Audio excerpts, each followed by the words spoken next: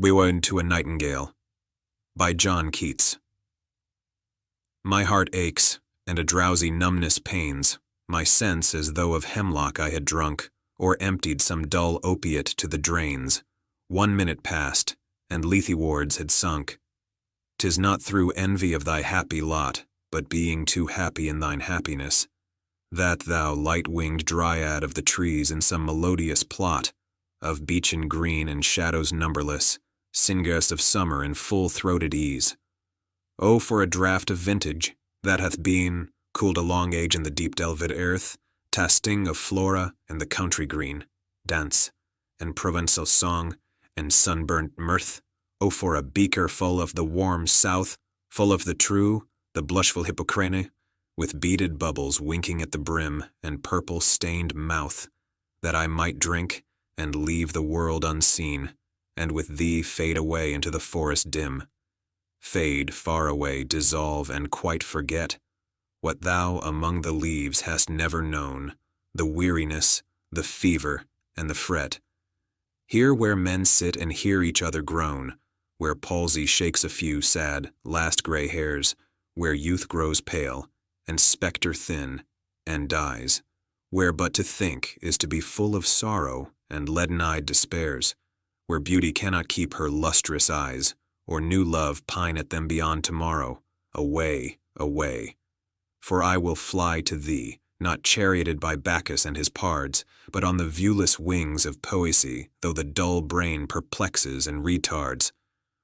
Already with thee, tender is the night, and haply the queen, moon is on her throne, clustered around by all her starry fays, but here there is no light, save what from heaven is with the breezes blown.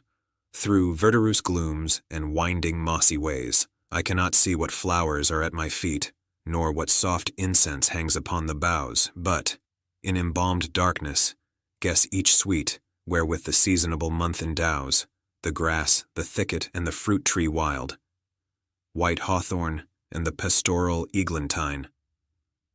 Fast fading violets covered up in leaves, and mid-May's eldest child, the coming musk rose full of dewy wine, the murmurous haunt of flies on summer eves. Darkling I listen, and for many a time I have been half in love with easeful death, called him soft names in many a mused rhyme, to take into the air my quiet breath.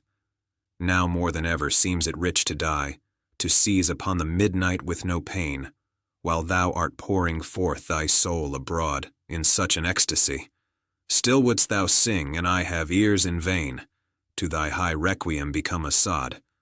Thou wast not born for death, immortal bird. No hungry generations tread thee down. The voice I hear this passing night was heard, in ancient days by emperor and clown.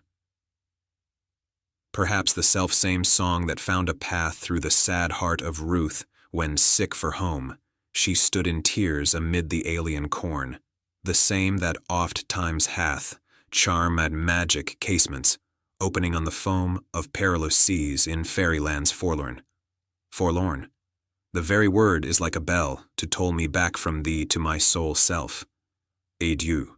The fancy cannot cheat so well as she is femme to do, deceiving elf.